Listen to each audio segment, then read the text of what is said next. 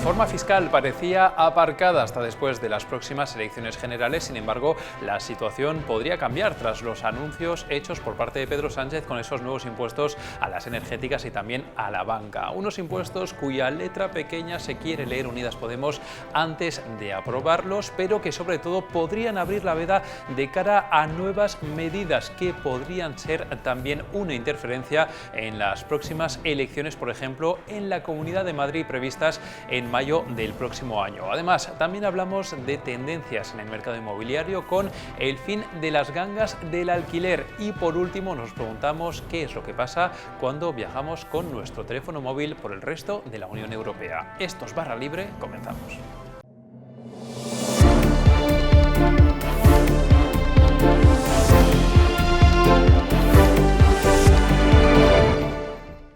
Y comenzamos ya esta edición de Barra Libre y hablamos de esa reforma fiscal que parecía aparcada, pero tras el giro de guión de Pedro Sánchez la semana pasada en el debate de Estado de la Nación, parece que ha vuelto a resurgir. Queremos hablar de esto con nuestra compañera, con Mercedes Serayer. ¿Qué tal, Mercedes? ¿Cómo estás? Hola, ¿qué tal? Bueno, hemos tenido esas sorprendentes medidas anunciadas por parte de Pedro Sánchez, ese impuesto por una parte a las energéticas, que sí que esperamos, y en la banca que no esperábamos tanto, lo cual vuelve a poner un poco encima de la mesa los impuestos que parecía que no se van a retocar, al menos de aquí a finales de la legislatura. Este elemento vuelve a ser tenido en cuenta otra vez. Así es. Hay que recordar que el 29 de abril el Gobierno remitió a Bruselas el programa de estabilidad y ahí dice que no se va a tocar nada hasta el 25, hasta 2025. Y bueno, pues tuvimos el giro a la izquierda ya que se ha observado después del fiasco del Partido Socialista en las andaluzas. Ya hubo un anuncio del impuesto a las energéticas, pero bueno, es un impuesto que tiene en algún otro Estado miembro, bueno, de momento en vigor solo Italia, ¿no? Pero que la Comisión con mucha cautela recomienda en la situación en la que estamos de alza de los precios de la energía, pero la sorpresa viene el plato fuerte que presentó Pedro Sánchez en el debate del Estado de la Nación, que ha cogido a sus socios con el pie cambiado, es este nuevo impuesto a la banca, que era una vieja reivindicación de Podemos, pero que no estaba pidiendo siquiera últimamente, o sea, y que el PSOE veía muy mal hace tiempo, este nuevo impuesto, pero es que además ha venido acompañado de otros anuncios de que también hay una intención de que se podría gravar también al resto del IBEX, lo que no sean ya energéticas y no sea los grandes bancos, pues el resto, que tenemos siderúrgicas, tenemos farmacéuticas, tenemos constructoras, tenemos a Inditex, pues también se va a apuntar a estos beneficios extra para el Gobierno. Pues se podría apuntar por ahí. Entonces hemos visto que las medidas fiscales, en este caso medidas fiscales potentes de corte duro, vuelven al escenario político. Bueno, de hecho, ya hemos comentado en estos últimos días también cómo se ve claramente ese giro a la izquierda de Pedro Sánchez con medidas reclamadas, como tú bien decías, por parte de Unidas Podemos, y que lo que hacen ahora es poner un poquito más de pegamento a esa coalición en unos tiempos particularmente difíciles en este contexto también económico, de inflación, etcétera, y de reveses, como por ejemplo las elecciones de Andalucía. Otras elecciones que están por venir antes de las generales, que de momento se esperan para finales de 2023, son las autonómicas en Madrid, con Isabel Díaz Ayuso, la presidenta de la Comunidad, que sabemos, rival muy fuerte, y aquí, de hecho, ya habíamos visto como en esas elecciones anticipadas de 2021 ya se había puesto un poco sobre la mesa si se subían o no otros impuestos como el de sucesiones, el de patrimonio. Todo ello en medio de esa maraña también de propuestas de ese comité de expertos de María Jesús Montero. Con todos estos nuevos ingredientes, ¿qué nos encontramos? ¿Podríamos asistir a cómo se vuelven a poner encima de la mesa y cómo esa batalla, digamos, de cara a las elecciones también se libra en el terreno de los impuestos con Isabel Díaz Ayuso? Pues sí, todo apunta a que va a ser así, porque bueno, tenemos esta fecha, el 28 de mayo del 23, con Isabel Díaz Ayuso otra vez como principal contendiente casi de Pedro Sánchez, porque así se vio en las elecciones anticipadas del 21, que casi era un enfrentamiento entre Pedro Sánchez e Isabel Díaz Ayuso, ¿no? ¿Y qué teníamos? Teníamos a un Partido Socialista que acababa el 12 de abril del 21 de presentar a los expertos de la reforma fiscal con un anuncio de que venían subidas de impuestos de todo tipo, de sociedades, patrimonio, sucesiones, impuestos verdes, con unos anuncios muy potentes y muy con consigna política, y teníamos a Gabilondo registrando en la Asamblea de Madrid una reforma fiscal junto con Más Madrid de 3.600 millones, una reforma fiscal autonómica de 3.600 millones, ¿Y qué pasa? Se convocan de manera sorprendente las elecciones anticipadas, todo esto desaparece, ya no se va a subir ningún impuesto, de este tema no se habla, e incluso, bueno, Gabilondo defiende que está en contra de las subidas de impuestos, que no son nada positivas, y también Pedro Sánchez y todo su gobierno, ¿no? Bueno, pues tenemos esa fecha, 28 de mayo del 23, a ver cómo se van atemperando los mensajes y las consignas.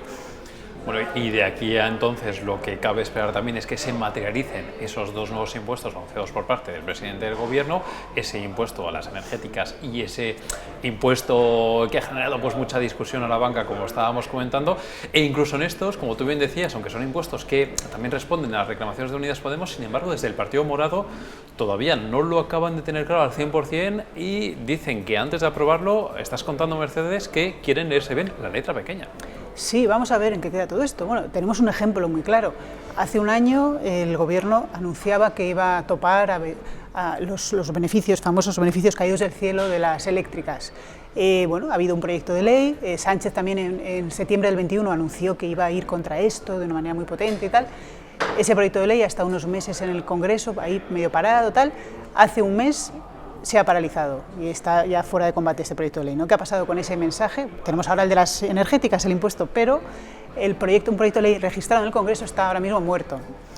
¿Qué pasa con estos impuestos? Pues tenemos el impuesto a las energéticas, que sí que está avanzado, que se iba a registrar en breve, como proposición de ley directamente en el Congreso entre el Grupo Socialista y Podemos.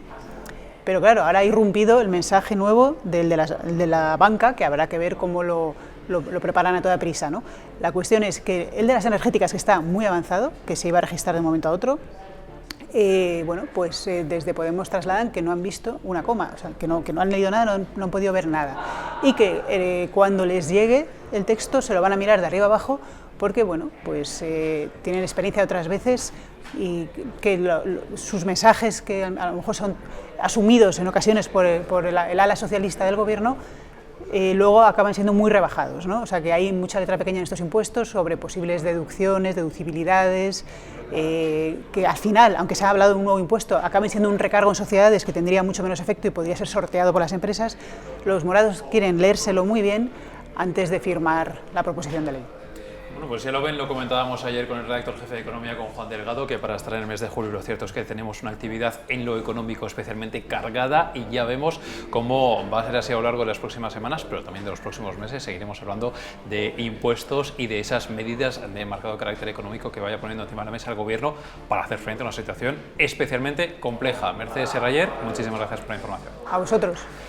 Y nosotros seguimos hablando de economía, pero en este caso hablamos del mercado inmobiliario, de las tendencias, con nuestro compañero Joaquín Hernández, que como cada lunes nos va a explicar un asunto. En este caso tiene que ver con el bono joven. Nos va a hablar Joaquín del fin de las gangas del alquiler. Lo escuchamos.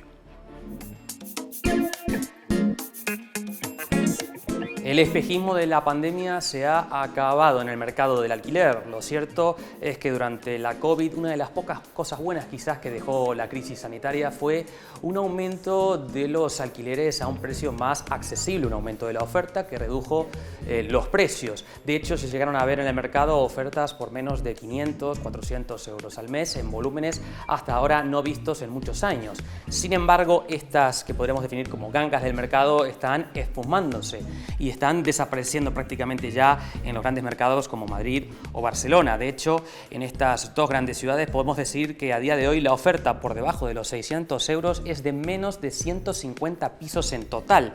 En lo que va de año, la oferta en estos niveles de precio ha bajado un 60% en Barcelona y un 35% en Madrid. En Barcelona tenemos poco más de 10 pisos por estos precios y en el caso de Madrid algo más de 120 pisos.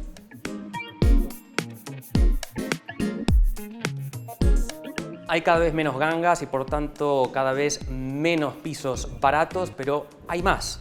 La evidencia apunta a que los propietarios están aprovechándose del llamado bono joven del alquiler, de esa ayuda de 250 euros al mes, para subir los precios todo lo posible hasta ese límite de 900 euros al mes que fija la ayuda. De hecho, según los últimos datos que hemos podido ver de cómo ha evolucionado el mercado en el último año, podemos ver que la oferta de pisos por debajo de los 750 euros al mes ha caído entre un 65 y un 82% en Madrid y Barcelona, mucho más de lo que ha caído la oferta en el conjunto del mercado por debajo de los 900 euros, entre un 18 y un 50%, que va básicamente en la línea de lo que ha caído la oferta a nivel general, un 50% en el último año. En definitiva, los propietarios están subiendo los precios de los alquileres hasta esos 900 euros para aprovecharse del bono joven del que podrían beneficiarse sus potenciales inquilinos.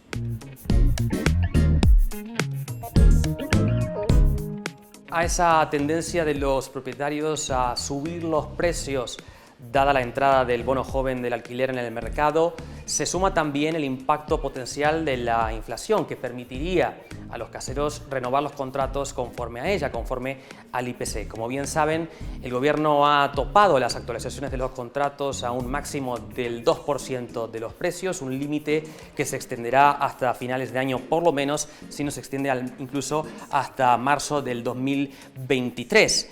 Lo cierto es que ese tope del gobierno, si bien es cierto que ahorraría a los inquilinos una media de 50 euros al mes en lo que va o lo que iría de aquí a finales de año, lo cierto es que se espera, por lo que avistan los agentes inmobiliarios, que los caseros de alguna manera repercutan esa inflación de otra manera, que se la cobren de otra manera. ¿Cómo se la cobrarían? Subiendo los precios de los anuncios. La subida ya proyectada ronda los 40 euros al mes, que prácticamente compensaría lo que perderían por ese tope a la inflación en los nuevos contratos, pero es que además la oferta y la evolución de la oferta en el conjunto del mercado augura mayores subidas aún de los precios de aquí, no solo a finales de año, sino incluso al próximo año.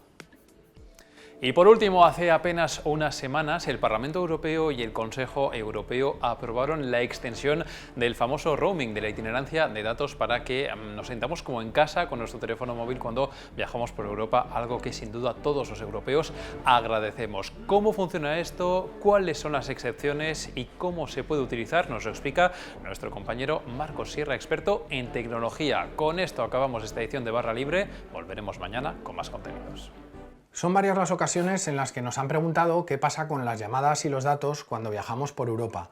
Te lo adelantamos, no es una leyenda. Puedes llamar sin coste, sin sobrecoste, mejor dicho, alguno, exactamente igual que cuando lo haces desde España. Esto se debe al llamado Roam Like at Home o roaming como en casa, un acuerdo dentro de la Unión Europea para que todos los ciudadanos del viejo continente puedan usar sus móviles, tanto datos como llamadas, sin sufrir sobrecostes cuando viajan temporalmente, eso sí, fuera de sus países de origen.